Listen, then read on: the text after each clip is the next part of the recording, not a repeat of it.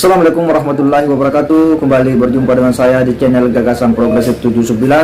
Sahabat sebangsa dan setanah air dimana saja Anda berada, kembali ya kita dihebohkan oleh sebuah pernyataan cuitan dari seseorang yang mengarah kepada penghinaan terhadap Bapak Wakil Presiden Kiai Haji Ma'ruf Amin dalam sebuah cuitan yang diunggah di akun Twitter seseorang tersebut, dimana bahwa ternyata cacian dan makian yang merendahkan para pejabat negara memang tidak pernah surut.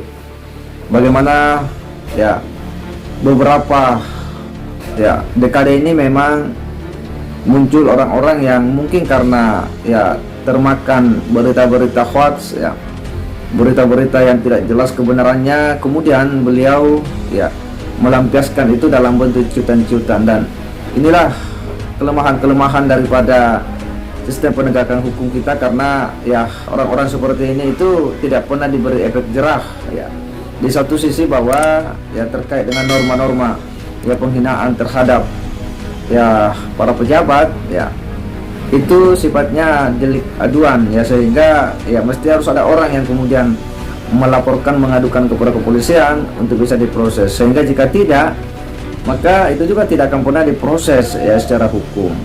Dan tidak mungkin misalnya orang sekali berpresiden atau jangankan presiden, menteri saja mungkin tidak mau mengurusi hal-hal yang sepele itu, karena masih banyak pekerjaan-pekerjaan lain yang jauh lebih penting di tengah-tengah kesibukannya sebagai pejabat negara, itu mengurusi kepentingan rakyat, dan tidak mungkin mau mengurusi hal yang tetek bengek seperti itu, cuitan-cuitan dari orang-orang yang tidak jelas sekalipun dia telah membuat statement-statement atau cuitan-cuitan yang itu telah merendahkan martabat seseorang.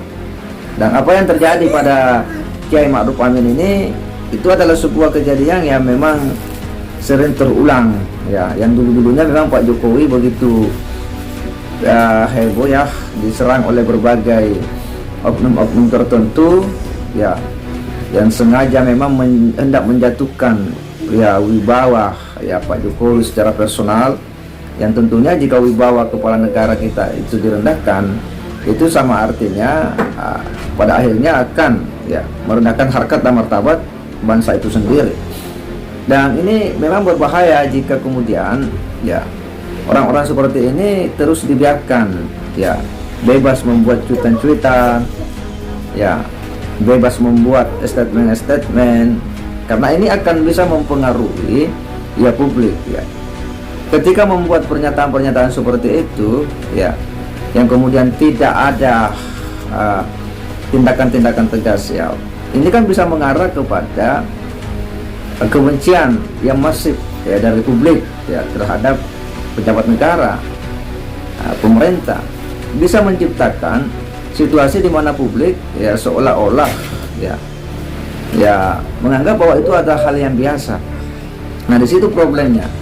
Yang kedua adalah bisa juga ini menciptakan amarah publik, khususnya misalnya para simpatisan pemerintah, sebutlah misalnya simpatisan Presiden Jokowi ataupun Kiai Ma'ruf Amin, untuk mengambil tindakan-tindakan.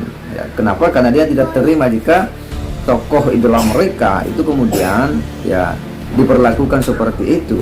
Nah, ini kemudian menjadi berbahaya, sehingga memang penting hal-hal seperti ini harus diberikan edukasi dan tentu juga tindakan-tindakan yang sifatnya pendisiplinan terhadap perilaku orang-orang seperti ini.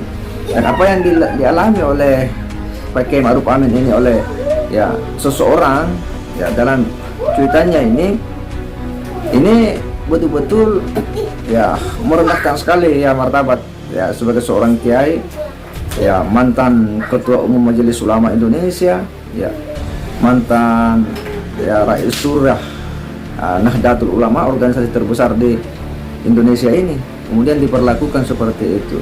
Dianggap kiai, kemudian dianggap hanya warles, pendiam, tapi diamnya itu goblok, cengar-cengir, ini bukan office boy, sebuah pernyataan yang ini betul-betul sangat ya merendahkan ya seorang kiai.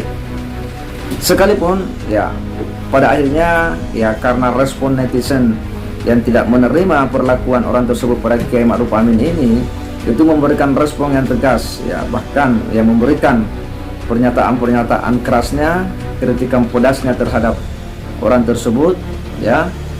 Akhirnya ya orang yang kemudian melakukan cuitan ini ya itu melakukan permintaan maaf ya. Inilah hal yang sering kita alami ketika sudah melakukan ya tindakan-tindakan yang menghina orang, lalu kemudian dikecam, publik geram ya, serta merta kemudian melakukan permintaan maaf.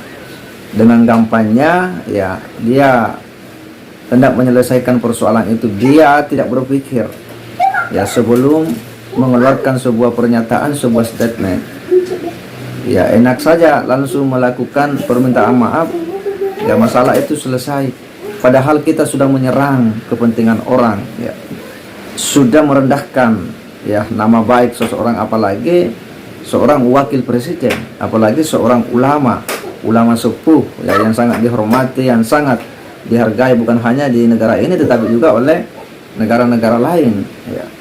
Lalu kemudian ya dinarasikan seperti itu ya, kata-kata goblok dan sebagainya ya, pendiam ya, diamnya karena goblok bukan office boy. Ini adalah sebuah tindakan-tindakan yang menurut kita ini penting untuk dikasih ya pelajaran. Jangan hanya permohonan maaf, karena kalau hanya permohonan maaf ya ini akan selalu terulang ya kejadian-kejadian seperti ini. Dan pengalaman-pengalaman ya soal ya ujaran-ujaran, makian-makian dan sebagainya yang selesai dengan permohonan maaf itu tidak sedikit, itu kemudian terulang kembali sekalipun orangnya orang yang berbeda. Tetapi kan tidak ada efek jerah yang membuat orang itu akan berhati-hati dalam membuat statement-statement. Kita berharap memang bahwa perilaku-perilaku seperti ini ya harus diberi tindakan tegas ya, agar ya publik berhati-hati ya dalam membuat statement, dalam membuat ya pernyataan-pernyataan di media sosial. Sekalipun kita tidak suka dengan seseorang, tetapi harusnya kita berhati-hati ya. Kritik itu boleh ya, tetapi memaki dan mencaci tentu itu tidak bisa ditoleransi begitu saja.